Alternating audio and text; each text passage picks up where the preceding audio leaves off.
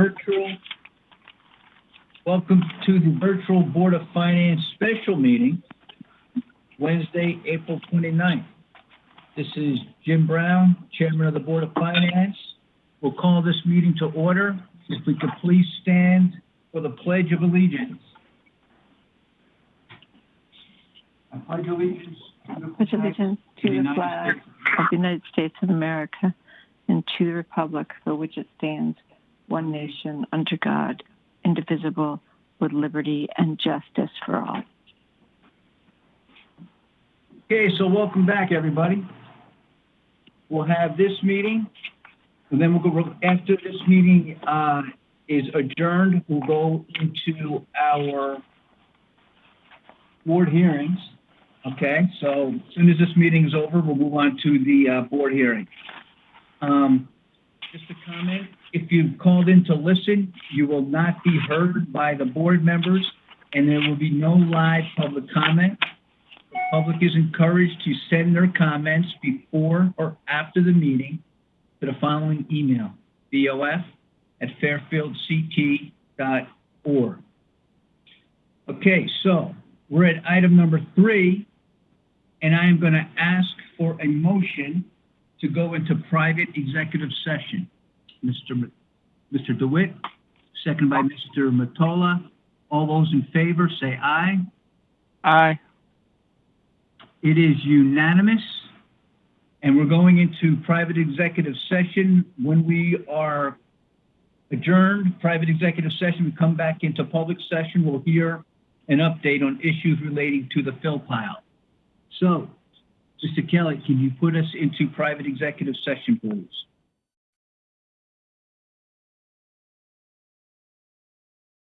Good evening, everybody. This is Jim Brown, Chairman of the Board of Finance. I'm going to take a motion to come back into public session, please. Mr. DeWitt, followed by Mrs. Marian. All in favor, say aye. Aye. Opposed? It is unanimous. So we are back in public session. We're still on the special meeting. It starts at 7 o'clock. And we're on the next item, item 4, to hear an update on issues relating to the fill pile. We have Mr. Brian Carey here with us. We do have documents that were sent to us by Jennifer Carpenter. On top of the document says Town of Fairfield fill pile remediation available balance as of April 23rd, 2020. Just want to make sure everyone has those documents. So we're going to hear from Mr. Carey. We'll see what he thinks he may need us to transfer. We are not going to transfer anything tonight because we're here just, as the agenda says, we are to hear an update, not to hear and act on an update. So we wanted to wait and see what that update might be. And then what we'll do after hearing Mr. Carey is we will put this out to a vote on May 5th, if there's going to be any transfers. So with that said, Mr. Carey, I'm going to turn it over to you. Yeah, so we've been working diligently to get everything in place so that we can move forward with the remediation of off-site properties. I went out to bid about a month ago for 7 sites that we had discussed previously. I do have bids back on all of those, and those numbers are included in this. We've submitted 7 remedial action plans for those 7 remediation sites to the DEP. They went up there about 2 weeks ago, and we are waiting for them to review them and give us the okay to move forward on those 7 sites. We have all the contract documents positioned and signed, and we hope as soon as we get word from the DEP, we'll begin methodically remediating those 7 sites one at a time. We're not going to do them all at once because obviously the nature of the soil remediation is that we could go, it's based on the amount of soil we remove, so we want to finish each site at a time to make sure that we are staying within our budget. So right now, we're just in a holding pattern waiting for DEP review. Secondly, we have finished our file review and the completion of the investigation work plan for the landfill site, the fill pile site. That was completed by Weston and Sampson. We've had several meetings with both the DEP and EPA. They are also reviewing that investigation work plan.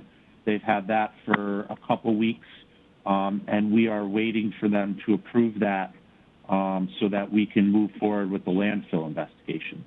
And I'll get back to that in 1 second regarding the requests for funding for that. We continue to investigate Gould Manor for future remediation, as well as Penfield Pavilion and a couple other small sites.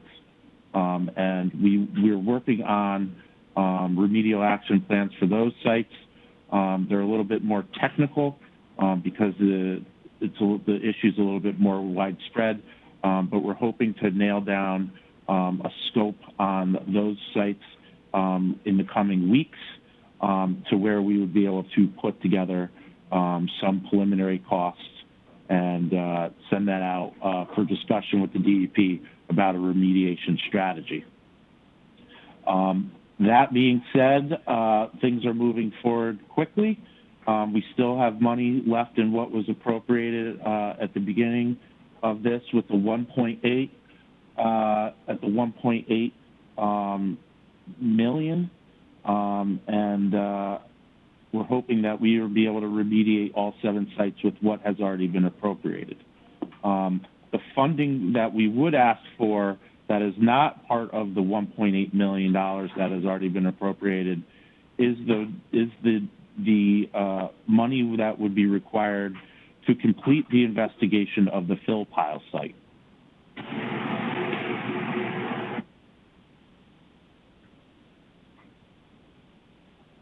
Okay, you there, Brian? Yes. So I don't know if you have any questions about the documents that were provided to you. Well, let's look at, which one do you want to look at first? You want to look at the balance, or do you want to look at the expenditures? I mean, the balance, the available balance is, I mean, that's probably more, I mean, they're both accurate, but you can see the available balance is what we have outstanding available for additional work. But there's still oversight costs that are required for remediation that have not been encumbered there. So we're down a little bit further. We're still negotiating those costs. So I guess the question would be, you start out with 1.8 million, and you're down to 148,000. And the question would be, if we were to transfer, are you going to make a request for us to transfer funds from our debt service account to assist you here? I mean, how much more money do you think you will need to complete this? So right now, the only money I need right now, because we're still in investigatory phases for some of the larger sites, is that $400,000 I previously mentioned for the investigation of the landfill. Beyond that, I don't have solid numbers because we are still in the process of investigation.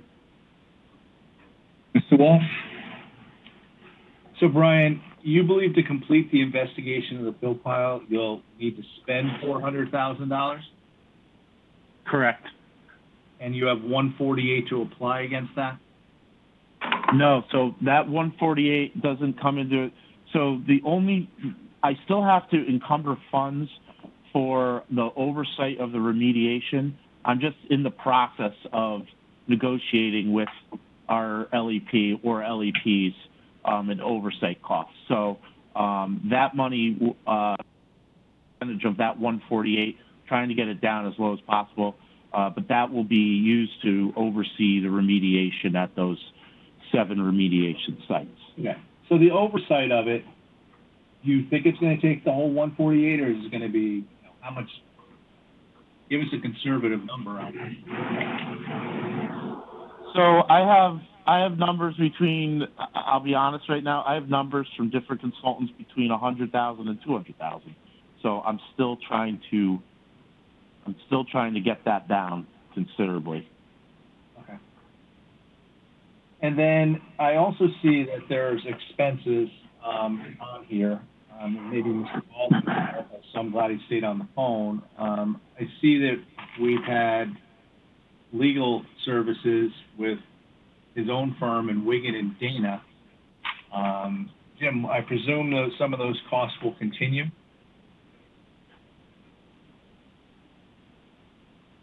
I don't know if Jim Baldwin's still on, but this is Tom Bremer, and yes, without a doubt, those costs will continue.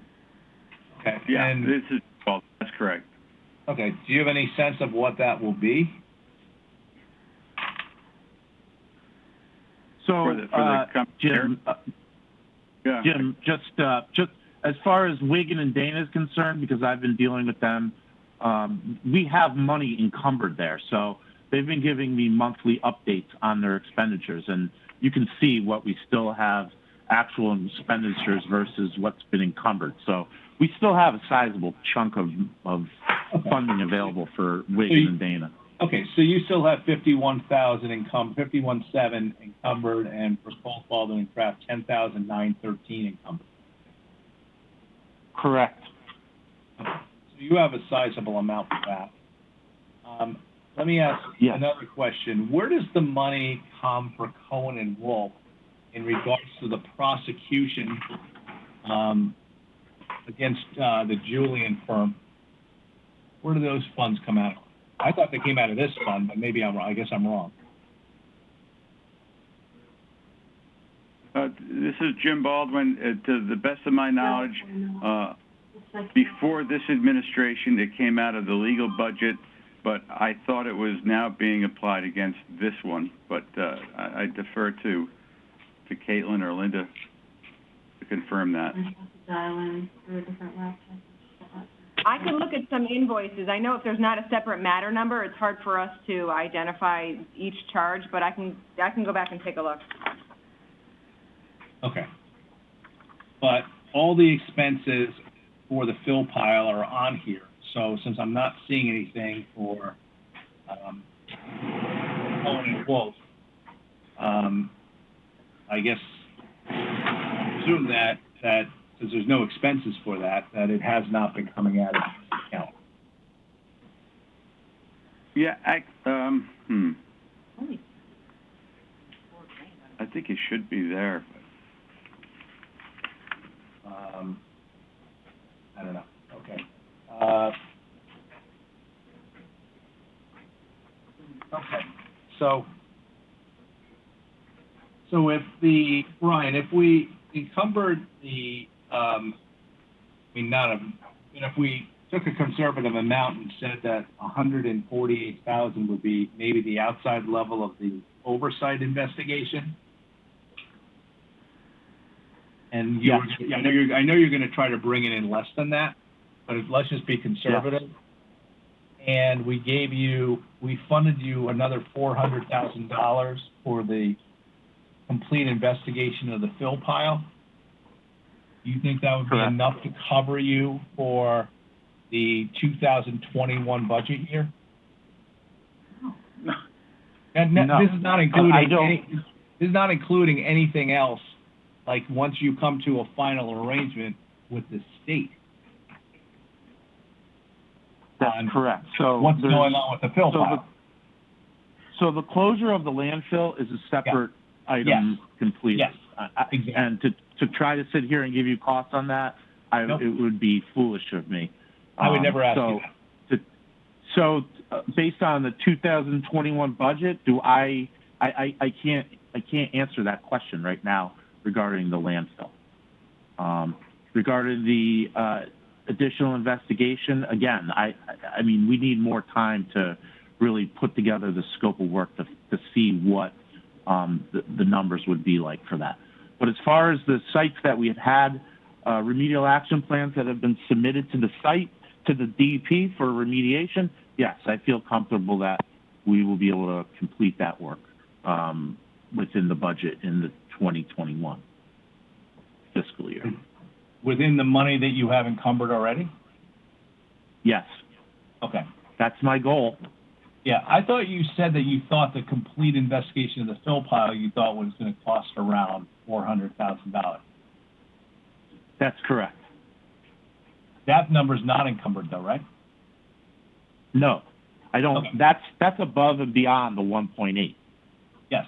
So what I'm asking you is if we transfer $400,000 for the complete investigation, once again, knowing that it's could be a potentially moving target, and left the $148,614.56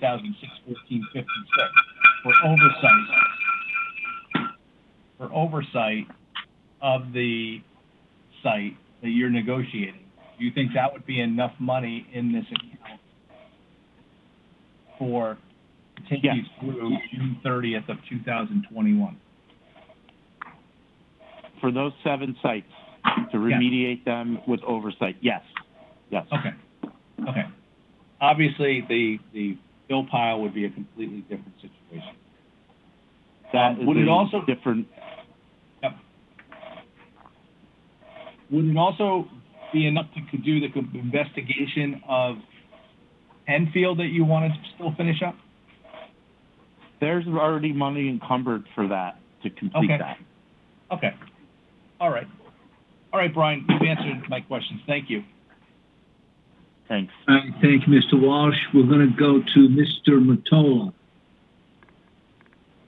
Hey, Brian. I think Jim Hi, John.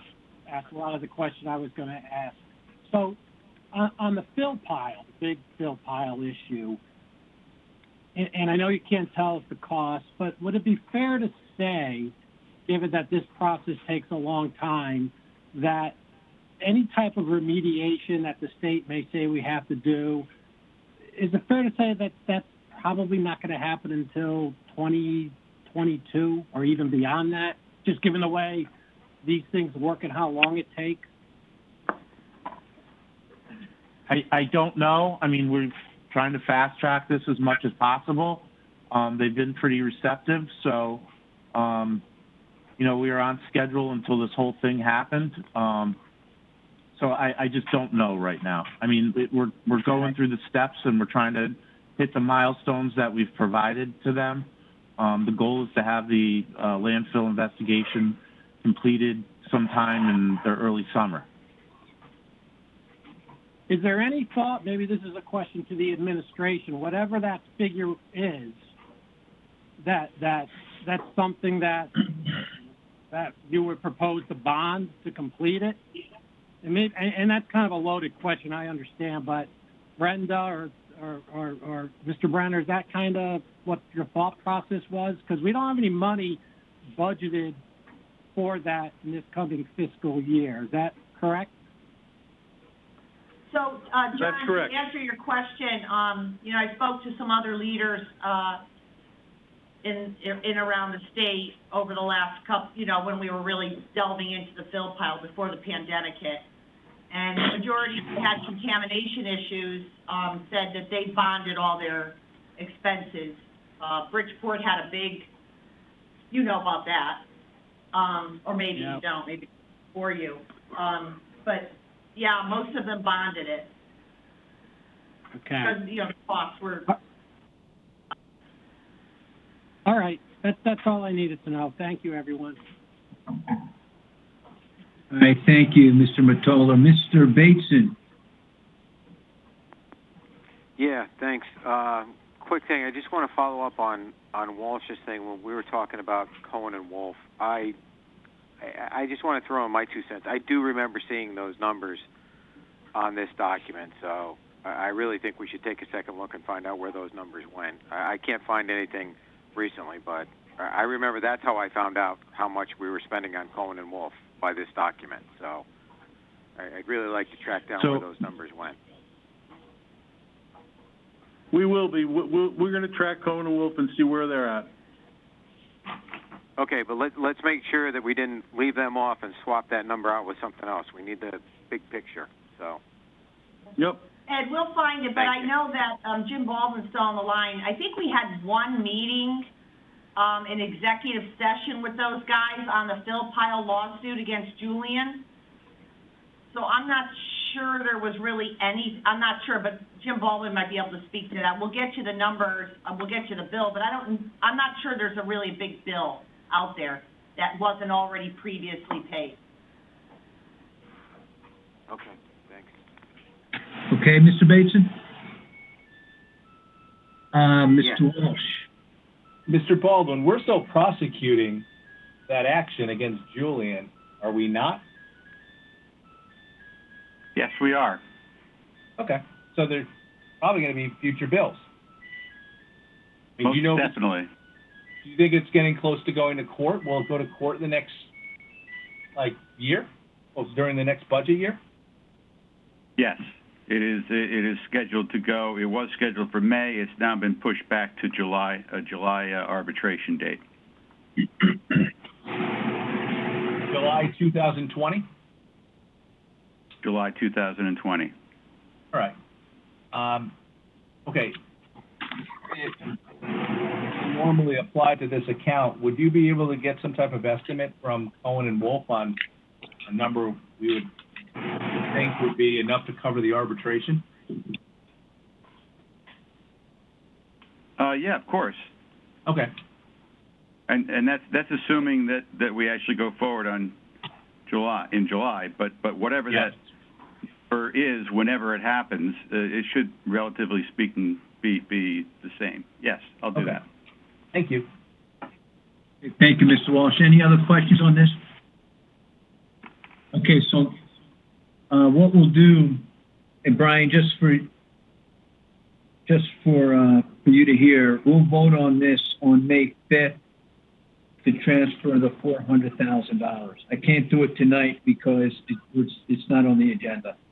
But No problem, I appreciate that. Okay, so we'll make sure it's on the agenda for Tuesday. And thank you for being here. Thank you. Thanks. Good night. Bye. Good night. Okay, final item on this agenda is to consider and act upon the following resolution as recommended by the FairTV Commission. This is item number 5.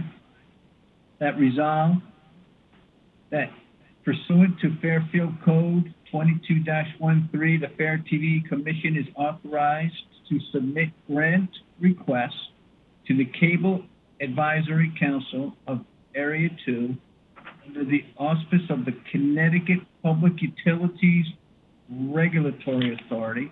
And whereas the FairTV Commission submitted a $81,963.45 grant request to Public Educational and Governmental Programming and Education Technology Investment Account, PEG-PETIA grant program for the purchase of certain equipment and related services attached here to as Exhibit A, and now therefore be it resolved that Brenda L. Kupchak, first select woman of the town of Fairfield, is duly authorized to enter into and sign contracts on behalf of the town of Fairfield with the PEG-PETIA grant program for the purpose of obtaining said grant funding, and further resolve that the first select woman is hereby authorized to accept said grant on behalf of the FairTV Commission, to provide such additional information and execute such other documents as may be required in connection with said grant, to execute any amendments, rescissions, and revisions thereto, and to act as the authorized representative of the town of Fairfield. Can I have a motion to put this on before us? Mr. DeWitt, seconded by Ms. Charlton. Okay, so who's going to speak to this grant? We're here. FairTV is here. We're represented. Strudler and Jerry Spino. All right, good evening, Jerry. Good evening, all. Anything to add to what I just read? This has been voted on already by the Board of Selectmen and actually the RTM, because this needed to be done by May 1. So now it's back to us, correct? And there's nothing required from the town of Fairfield? No. No cost, no liabilities. Transparent to the town of Fairfield. Okay. Any questions on this grant? Yeah, Jim, it's Ed Bateson. I got one. Go ahead, Ed. Yeah, quick thing. I just, I looked at the agreement. It looks like Jerry signed everything on behalf of FairTV, but in the resolution, we're authorizing Brenda. Should we also authorize Brenda, but put a stipulation in there or a qualifier or her agent or her designee? Because we're authorizing Brenda, but Jerry's doing the grant. This is Attorney Baldwin. Jerry has applied for and obtained the grant with letters from the First Selectman's office and myself, but I believe that when it comes time to sign the documents to transfer funds, that is be done by the First Selectwoman on behalf of the town of Fairfield. Okay, all right. So they're two. You're looking at them as two separate things. Yes. Okay. All right. So we don't need to do anything with the resolution as is. You're comfortable with it. That's correct. Okay. Thanks. Thank you, Mr. Bateson. Any further questions? Seeing none, this motion is before us. All those in favor, say aye. Aye. Aye. Any opposed? Aye. Okay, it is unanimous. Okay, that brings us to the last item, which is to adjourn for this meeting before we begin the next. So can I have a motion to adjourn? So moved. All right, Mr. DeWitt, seconded by Mr. Testani. All those in favor? Aye. It's unanimous. Okay, this meeting is adjourned. Thank you. The next meeting's going to start right now.